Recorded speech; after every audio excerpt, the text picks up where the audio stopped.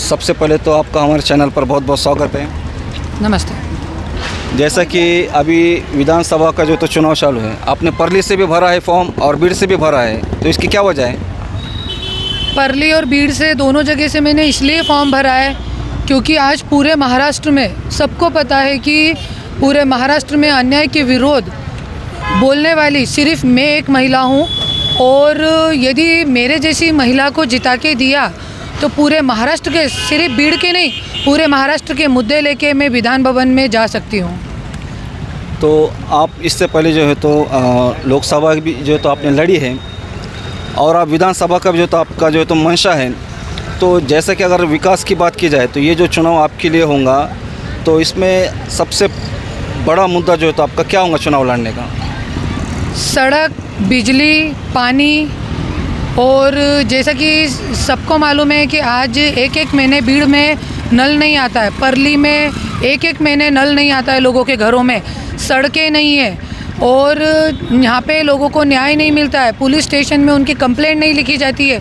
ऐसे कई सारे मुद्दे हैं। महिलाएं बहुत परेशान है, महिलाओं पे बढ़ता अत्याचार, अन्याय, पुलिस कंप्लेंट नहीं लिखती है, इसलिए आज घर के घर उजड़ते जा रहे हैं। नकली दारू का धंधा जो इतने मोटे प्रमाण में चल रहा है, जिसके कारण युवा बच्चे मर रहे हैं, बच्चियां विधवा होकर अपने घरों में बैठ रही है, और जो जिंदा हैं वो जिंदा लाश की तरह अपने घरों में बैठ रही है। तो आज ये जो बात है, और खून खराब है, आए दिन चलते फिरते ककड़ी मूली की तरह लोगों को काटा जा रहा है, और जो ज़्यादा मुंह खोलता है उसको खोटे केस में जेल में डाल दिया जाता है। ये सारे मुद्दे लेके मैं आज बीड़ विधानसभा और परली विधानसभा लड़ रही हूँ, और आज ये सब मुद्दे सिर्फ मैं ही उठा सकती हूँ और कोई नहीं उठा सकता। जैसा कि अभी कुछ दिन पहले आप मनोज दादा जरांगे पाटिल से भी मिले थे, तो आपकी उनकी कुछ चर्चा हुई क्या चुनाव को लेकर के? अभी मनोज दादा जरांगे भाऊ से मेरी यही मुलाकात हुई है। मैंने उनसे निवेदन किया है कि समय समय पे मैंने मराठा आरक्षण को पाठिंबा दिया है। जब जरांगे भाऊ का कुछ भी ऐसा ज़्यादा नाम नहीं था, जब अंतरावली में लाठीचार्ज हुआ था, तब मैं खुद गाड़ी चला के, क्योंकि मैं अन्याय के विरुद्ध मेरी लड़ाई है, और जब मुझे पता पड़ा कि मैं अंतरावली में अनशन पे बैठा था कोई, और उसके ऊपर लाठीचार्ज हो गया है, जनता के ऊपर लाठीचार्ज हो गया है, तो मैं रात को 2 बजे बम्बई से खुद अकेली गाड़ी चला के, क्योंकि फ़्लाइट की टिकट मिल नहीं रही थी मुझे, तो मैं खुद गाड़ी चला के रात को 2:30 बजे निकली और सुबह 12 बजे अंतरावली में पहुंची। ऐसा मैंने पाठिंबा दिया, और जगह जगह जाके मैंने मराठा आरक्षण को पाठिंबा दिया है। तो मैंने उनसे यही बोला कि यदि आपकी लड़ाई अन्याय के विरुद्ध है, तो जैसे छत्रपति शिवाजी महाराज ने 18 पकड़ जाति को न्याय दिया था, ऐसे आप मुझे न्याय दीजिए। और आज जैसे आपकी अन्याय के विरुद्ध लड़ाई है, वैसी मेरी अन्याय के विरुद्ध लड़ाई है, तो परली और बीड़ विधानसभा में आप मुझे पाठिंबा दीजिए। अगर मान लो कि बीड़ की उम्मीदवारी आपके लिए फ़ाइनल होती है, तो अगर आप फ्यूचर में आमदार बनते हैं, तो ख़ास तौर पे महिला के ऊपर में बढ़ते अत्याचार, ये हम आए दिन सुनते हैं, रेप हो रहे हैं, बलात्कार हो रहे हैं, मासूम बच्चियों के साथ जो तो खिलवाड़ हो रहा है, और भी विकास के बहुत सारे मुद्दे मौजूद हैं, और वो अभी भी पेंडिंग में है। आप उसको कैसा हल करेंगे? सब मैं, देखिए, मैं एक पढ़ी लिखी पूरी वर्ल्ड घूमी हुई औरत हूँ, तो मैं जड़ को पकड़ती हूँ, और जड़ मुझे समझ में आ रही है कि दारू जो है, और दारू बहुत बड़ी जड़ है यहाँ पे, जो नकली दारू है वो पी के युवा लोगों का ऐसा दिमाग घूम जाता है कि जो होश में कोई बलात्कार नहीं कर सकता, होश में कोई अपनी पत्नी को नहीं मार सकता, शराब पी के आते हैं अपनी पत्नियों को मारते हैं, बलात्कार होता है। ये सब चीज़ें जो है दारू के कारण हो रही है। मैंने कई सड़कों पे देखा, अभी आपने 2 दिन पहले भी देखा कि खंडेश्वरी मंदिर के पास ऐसे चटनी के जैसे वो आदमी को पीस दिया, उसका दोस्त ही था, पर नशे में थे दोनों।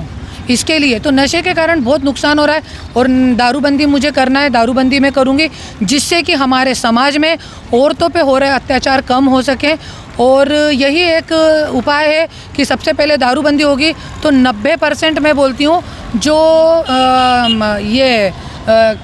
अन्याय, ये महिलाओं पे जो अन्याय अत्याचार हो रहे हैं वो कम हो जाएंगे। आप जैसा कि आप बीड़ विधानसभा की अगर बात करें, तो यहाँ पे आपकी लड़त सीधे सीधे किससे होगी?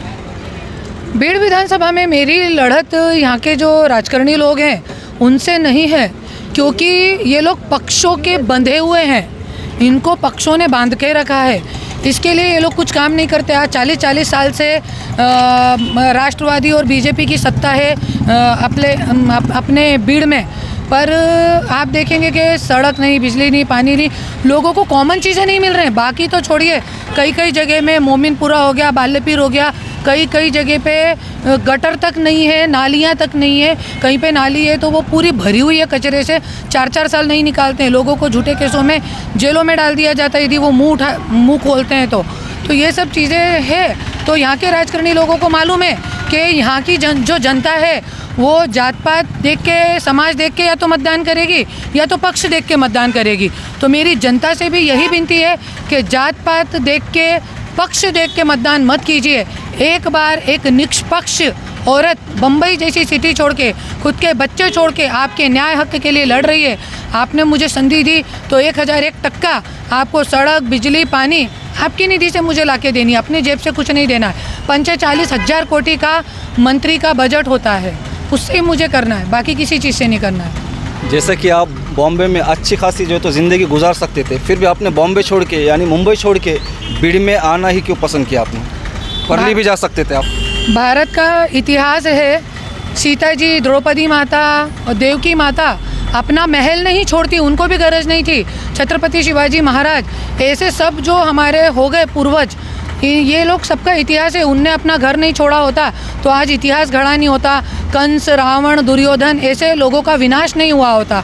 ऐसे ही आज जब मुझे जेल में डाला गया, एक बार जेल में डाला तो मैंने माफ़ कर दिया, दूसरी बार जेल में डाला मैंने माफ़ कर दिया, पर जब तीसरी बार मुझे एरवाड़ा जैसे जेल में 42 दिन रखा गया, मेरी बेल नहीं होने दी जा रही थी, तो मैंने एक ही निर्णय लिया। और मैंने जो जेल में देखा कि आज गोर गरीब जनता पर इतना अन्याय हो रहा है, इतना ये वाइट कॉलर गुंडे जो खुलेआम घूम रहे हैं, गोर गरीब के बच्चों से मर्डर करवाते हैं, दारू बिकवाते हैं, ड्रग्स बिकवाते हैं, और ये लोग खुद वाइट कॉलर बन के मंत्रालय में बैठते हैं। जब मैंने ये चीज़ एरवाड़ा जेल में 42 दिन एकदम ऑब्ज़र्व की, मैं एरवाड़ा जेल में परेशान नहीं थी, मैं देख रही थी क्या होता है। और मैं भगवान का शुक्र मनाती हूँ कि भगवान ने मुझे एरवाड़ा जैसे जेल में भेजा, क्योंकि ना मैं वो एरवाड़ा जेल देखती, ना मैं वहाँ पे लोगों की परेशानी देखती, और ना ही मैं आज यहाँ पे लोगों के लिए लड़ती।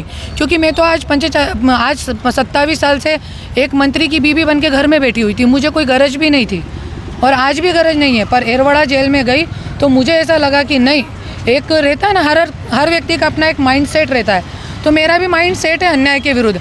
अन्याय के विरुद्ध मैं शुरू से लड़ती हूँ, इसलिए मैं अब लड़ रही हूँ। अभी जैसा अगर देखा जाए कि बीड़ के अंदर में पहले अगर क्षीरसागर घराने की बात करें तो 2 थे, इस बारी को 3 हो गए, ये क्या फार्मूला है? फार्मूला एक ही है, दूसरों को नहीं खाने देंगे। इट्स अ लॉबी, मतलब ये एक लॉबी है ना, बड़े बड़े पक्षों की। देखिए अजान हो गई है ना, तो ये एक लॉबी बनाई हुई है इन लोगों ने कि जिसमें बाहर के लोगों को नहीं घुसने देना है। उसमें इतना रायता पसार दो, जैसे भी आप देखेंगे पक्ष में भी, सत्ता में भी राष्ट्रवादी है, विपक्ष में भी राष्ट्रवादी है। सत्ता में ही शिवसेना है, विपक्ष में भी शिवसेना। ये क्या है? चिदबी आमची, पटबी आमची, जरी सिक्का उभे राहिला ते पण आमचा, जरी सिक्का वरती राहिला ते पण आमचा। ऐसी खेळी हे लोकांनी लोकांचे मतदानाचा गैरवापर करण्यासाठी मांडली है, जो मैं होने देने वाली नहीं हूँ, क्योंकि मैं भारत की नागरिक हूँ। मेरे रगों में भी वही खून है छत्रपति शिवाजी महाराज का, जो हमारे पूर्वज हो गए, बाबा साहेब अम्बेडकर, अन्ना भाऊ साठे, ऐसे क्रांतिकारी के धरती के हम लोग पैदाइश है, तो हमारे अंदर भी वही खून है। तो हम ऐसा सब चलने नहीं देंगे, अन्याय अत्याचार लोगों पे। अभी जो है तो अल्पसंख्यक के भी जो है तो बहुत सारे मुद्दे प्रलंबित है, आपको पता भी होगा, फिर भी जो है तो उन मुद्दों पर कहीं ना कहीं राजकारणी लोगों की तरफ से नज़रअंदाज किया जाता है उसे, तो उसको आप कैसा देखते हैं? मुस्लिम मतदान, बहुत अच्छी क्वेश्चन पूछा है आपने। मुस्लिम मतदान ये लोगों को चाहिए, पर मुस्लिम आमदार इन लोगों को नहीं चाहिए। इसलिए आप पूरे देखिए कहाँ पे इन लोगों ने मुस्लिम सीटें दी है, नहीं दी है। पर मैंने अपने पक्ष से ऐसा रूल निकाला है कि जहाँ पे विधानसभा है, हर विधानसभा में, जैसे जो जिला है, जिले में 6-5 सीटें होती है, वहाँ पे एक मुस्लिम, हर समाज के व्यक्ति को एक सीट हमने दी है। हर जगह पे मुस्लिम सीट हमने खड़ी करी है, क्योंकि जब हिंदू लोग मुस्लिम लोगों का वोट ले सकते हैं तो मुस्लिम लोग हिंदू लोगों का वोट क्यों नहीं ले सकते? ये मेरे सामने प्रश्न है। और क्या फिर नहीं तो मुस्लिम लोगों को क्या बेवकूफ़ समझ रखा है क्या ये बड़े बड़े सत्ताधारियों ने? सही है कि नहीं? तो इसलिए मैंने, और आज आप देखेंगे स्वराज्य शक्ति सेना के माध्यम से मैंने जहाँ जहाँ सीटें खड़ी करी है, वहाँ एक मुस्लिम उम्मीदवार मैंने खड़ा करा है। ऐसा है हमारा। कि आप खुद एक महिला है, तो आप महिला को अगर रोज़गार मिलता है, अभी आज भी शहर के अंदर में बेवा है, विधवा है, घटस्फोटित है, इन महिलाओं को जो है तो रोज़गार के एतबार से आपके माइंड में क्या चढ़ेगा? आप क्या कर सकते हैं उनके लिए, जो मजबूर है, ये गरीब लोग हैं, इनके वास्ते आप क्या कर सकते हैं? कोई भी पद पे ना रहते हुए मैंने महिलाओं के लिए बहुत काम किया है। सबसे पहला जो महिलाओं के लिए काम है, उनके साथ कोर्ट कचहरी में खड़े रहना, उनके साथ पुलिस स्टेशन पे खड़े रहना, क्योंकि यहाँ पे मोस्टली लोग जो है वो अशिक्षित हैं। उनको मालूम नहीं है कि कैसे कोर्ट में लड़ना है, कैसे पुलिस से बात करनी है। तो ये जो पुलिस स्टेशन में, कोर्ट कचहरी में हम खड़े रहते हैं महिलाओं के लिए, महिला सशक्तिकरण के लिए मैंने सिलाई प्रशिक्षण, ब्यूटी पार्लर प्रशिक्षण, कार ड्राइविंग प्रशिक्षण, क्योंकि मैं खुद अपनी कार चला के घूमती हूँ, तो मुझे ऐसा लगता है कि हर महिला को आना चाहिए। स्कूटी प्रशिक्षण, ऐसे कई सारे प्रशिक्षण महिला सबलीकरण के लिए हमने करके दिए हैं, अभी भी कोई पद पे ना रहते हुए। और अभी भी मैंने बिन ब्याजी कर्ज की एक माइक्रो फाइनेंस कंपनी लाई है भीड़ में।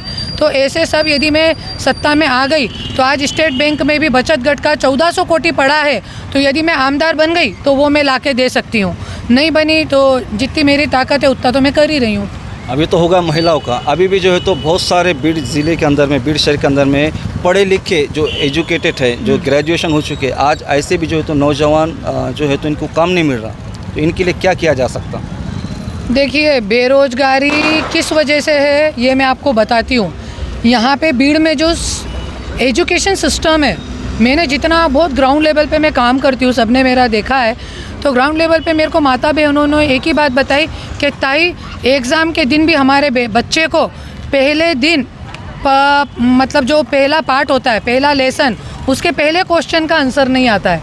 ये शिक्षण प्रणाली है, आप लोग तो मुझसे ज़्यादा जानते होंगे, सही है ना? तो यहाँ पे एजुकेशन सिस्टम हमें पहले सुधारना पड़ेगा। मेरे को कई फ़ोन्स आते हैं बॉम्बे, पुणे से, मैं तो भीड़ में रहती हूँ, पर फ़ोन्स आते हैं कि ताई हम यहाँ पे इतने दिन से घूम रहे, 6 महीने से हमको नौकरी नहीं मिल रही है, हम भीड़ से हैं, हम लातूर से हैं, हम उस्मानाबाद से हैं, हमको नौकरी नहीं मिल रही है। मैं पूछती हूँ कि कहाँ के हैं आप, तो वो लोग मराठवाड़ा का ही बताते हैं, क्योंकि यहाँ पे एजुकेशन सिस्टम जो है वो बहुत ख़राब है। जाती पाती करते हैं, एज्युकेशन नाही दिए, तुमचे मुलाबाळांना फक्त मराठी शिकवा आणि आमचे मुलाबाळा अमेरिका जातात, तुमच्या निधीवर 10 कोटी खर्च करून अंग्रेजी आणि चांगलं शिक्षण घेऊन येतात आणि परत तुमचे डोक्यावर बसतात आणि तेच जातीपातीचं राजकारण चालू आहे, ज्याच्यामुळे आज विकासाचा मुद्दा थांबलेला आहे। ये सगळी गोष्ट आहे। तो आज सबसे पहले मैं जीत के आऊँगी तो यहाँ पे पानी की समस्या, सड़क की समस्या, और सबसे पहले जो मेरा मुद्दा है, यहाँ पे हर बच्चों को अच्छा एजुकेशन मिलना चाहिए। जैसे कि मैं आपको बताऊँ, मुझे हिंदी और इंग्लिश आती थी पहले, जब मैं भीड़ में नहीं आई थी। मैं 27 साल, मुझे कोई शर्म नहीं है इस बात की कि मैं 25 साल 26 साल में मराठी पति के साथ रह के भी मैं मराठी नहीं सीख पाई, क्योंकि मुझे ज़रूरत नहीं लगी। तब मेरे बच्चों को मुझे अच्छा एजुकेशन देना था, इसलिए मैंने इंग्लिश सीखी। हिंदी मेरी मातृभाषा ऐसे मुझे आती थी, पर जब मैं भीड़ में आई तो मुझे लगा नहीं, मैं 13 कोटी जनता को मराठी, हिंदी और इंग्लिश में बात नहीं कर सकती, मुझे मराठी सीखना ही पड़ेगी। तो मैंने 1 साल में मराठी सीख ली और आज मैं अच्छी खासी मराठी बोल लेती हूँ, आप लोग देख सकते हैं। तो सबसे पहले हमें एजुकेशन सिस्टम में यहाँ का सुधारूंगी कि जब तक बच्चे अच्छे से नहीं पढ़ेंगे, तो भले ही हमारे जगह पे रोज़गार उनको नहीं भी मिला, बम्बई में नहीं मिला, तो मैं इतना पूरा वर्ल्ड घूमी हुई औरत हूँ कि मैं अपने बच्चों को इमिग्रेट कर सकती हूँ, अमेरिका में, दुबई में, कहीं भी दूसरी जगह इमिग्रेट कर सकती हूँ, जैसे चाइना ने करा था। चाइना ने भी यही करा था, उनके उधर इतनी बेरोज़गारी थी तो उनने अपने बच्चों को अच्छा एजुकेशन देके पूरे वर्ल्ड में भेज दिया, और आज चाइनीज़ लोग पूरे वर्ल्ड में हैं। तो एक तरीका होता है काम करने का, जो कि हमारे इंडियन पॉलिटिशियंस लोगों के पास नहीं है। तो अभी भी जो है तो किसानों का अगर हम बात करें, किसानों की, क्योंकि उनके लिए भी आवाज़ उठाना बहुत ज़रूरी है, क्योंकि ये समाज का बहुत बड़ा हिस्सा है। लेकिन आज इनको भी जो है तो कर्ज माफ़ी ना होने की वजह से उनके जो तो पिकों का नुकसान है और बहुत सारे प्रॉब्लम्स होते, फिर भी जो है तो ये बड़ी तादाद में आत्महत्या कर रहे हैं। तो इसको रोकने के लिए सरकार के कुछ ठोस कदम जो आपके समझ में आए हो? सबसे पहले मुझे ऐसा लगता है कि शेतकरी जो लोग कर्जा लेते हैं, उनका कुछ भी अतिवृष्टि या किसी से नुकसान होता है तो उसका जो है कर्ज माफ़ी होना चाहिए, क्योंकि उनको कुछ कमाई नहीं होती। आप बताइए ना, 5 एकड़ ज़मीन में यदि 50 पोते सोयाबीन मिल रहा है उनको, तो क्या मिल रहा है? और आज हम देखते हैं कि यहाँ पे वो तो बीमा अनुदान तो वो तो बहुत दूर की बात है, यहाँ पे उनके खुद के माल मत्ते का भाव नहीं मिल रहा है, उनके पीक का भाव नहीं मिलता है उनको। मतलब है ना, 2-2 साल से पीक उनका घर में ही सड़ रहा है और कोई जानी नहीं है नेता लोगों को, कोई उनकी कोई चिंता नहीं है। तो ये बहुत बड़े मुद्दे हैं, इसीलिए मैंने आज 2 कॉन्स्टिट्यूंसी से फॉर्म भरा है कि शेतकरी मुद्दा जरिए अपने को ख़त्म करना है, किसानों का मुद्दा ख़त्म करना है, अपने को युवा बेरोजगार का ख़त्म करना है। तो आज हमको आपको मुझे जिता के देने की गरज ही है पूरे भीड़ को और पूरे महाराष्ट्र को। ठीक है, आपका कीमती वक्त देने के लिए बहुत बहुत शुक्रिया।